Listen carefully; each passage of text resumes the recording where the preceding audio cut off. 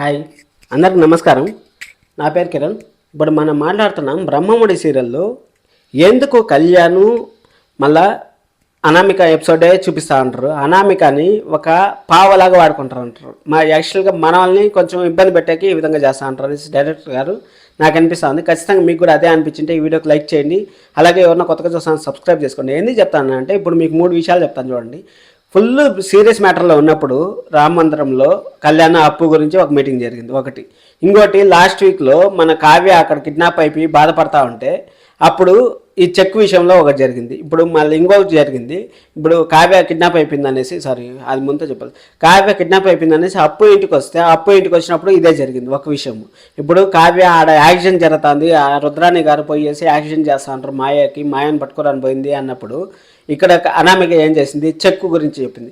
అసలు అనామికని ఎట్ట వాడుకుంటా అంటారు అంటే అనామికని కళ్యాణి అసలు జస్ట్ ఒక కూరల కరివేపాకులాగా వాడుకుంటా అంటారు. ఎప్పుడన్నా ఒక సీన్ కావాలంటే అటు తెచ్చేస్తా అంటారు, అటు తీసేసేస్తా అంటారు.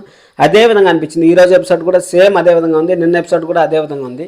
అసలు వాళ్ళు ఆఫీస్కి అక్కడ హోటల్లో దొరికాడని చెప్పడం ఏం జరిగింది చెప్పండి. అసలు ఈరోజు ఎపిసోడ్ ఏం జరగలేదు, కానీ ప్రోమో మాత్రం బాగా వదులుతారు మనకి. ప్రోమో ఏం వదిలేరు, రేపు ఎండింగ్లో జరిగే ప్రోమోని మనకి ఇప్పుడే వదిలేరు. మాయ వస్తుంది, మాయ వచ్చిన తర్వాత మాయని పట్టుకొని వచ్చి నిజం చెప్పించిన తర్వాత కూడా వాళ్ళ మామ తప్పు చేశాడని అయితే తెలుసు కదా. కావ్య నువ్వు ఇన్ని రోజులు ఎందుకు నోరు తెరవలేదు చెప్పు. అసలు ఫస్ట్తో నుంచి నువ్వు నోరు తెరిచింటే ఎంత బాగుండేది. అసలు ఎందుకు నోరు తెరవలేదు చెప్పు. అసలు ఇప్పుడన్నా నోరు తెరిచినా మాకు అదే సంతోషము. అసలు నిజం చెప్పండి. ఇప్పుడు ఈ కావ్య ఈరోజు మీరు నోరు తెరవదు అనుకుంటారు కదా, ఖచ్చితంగా నోరు తెరవదు. కావ్య ఏం చెప్పదు, కావ్య ముద్దులాగా అట్ట నిలుచుకోండిందని అనుకుంటారు మీరు ఖచ్చితంగా.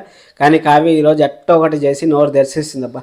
నోరు తెరిచేసి నేను నిజం చెప్తాను, 1 సెకండ్లో నేను పోయాను, 1 నిమిషం వ్యవధిలో పోయాను అనేసి చెప్పడం బాగుంది. వాళ్ళ అమ్మగారు కూడా చెప్పారు కావ్యకి మన కళ్యాణ్కి అప్పుకి ఇంకేం సంబంధం లేదు అనేసి అక్కడి నుంచి తీసుకెళ్ళిపోయారు. చూద్దాం మళ్ళీ ఏమన్నా డైరెక్టర్ గారు ఏమన్నా పీక్షలో ఒక సీరియల్ పోతా ఉండింది, అప్పుడు ఏదో కావ్యాన్ని అప్పుని ఏదైనా వాళ్ళు చేస్తా అంటారు. అప్పుడు మన కళ్యాణ్ చూస్తారు, కళ్యాణ్ ఇరికిచ్చినప్పుడు అనామిక చూస్తుంది. ఇదే చేస్తాను డైరెక్టర్ గారు. ఇప్పుడు 3-4 సార్లు నేను చూశాను, ఇదే విధంగా చేశారు మీరు.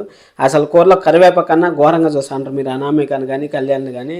అది కొంచెం మార్చుకుంటే బాగుంటుంది. సీరియల్ ఎలా పోతుందో అలానే పోనిస్తా అంటే బాగుంటుంది అనేసి నేను మనస్ఫూర్తిగా కోరుకుంటున్నాను. మన ఛానల్ కొత్తగా చూస్తాను, సబ్స్క్రైబ్ చేసుకోండి. ఇంక ఈరోజు ఏమైనా మాట్లాడతామన్నా కానీ సీరియల్ గురించి ఏం లేదు, వాళ్ళ మధ్యస్థం తప్పించి ఇంకేం లేదు.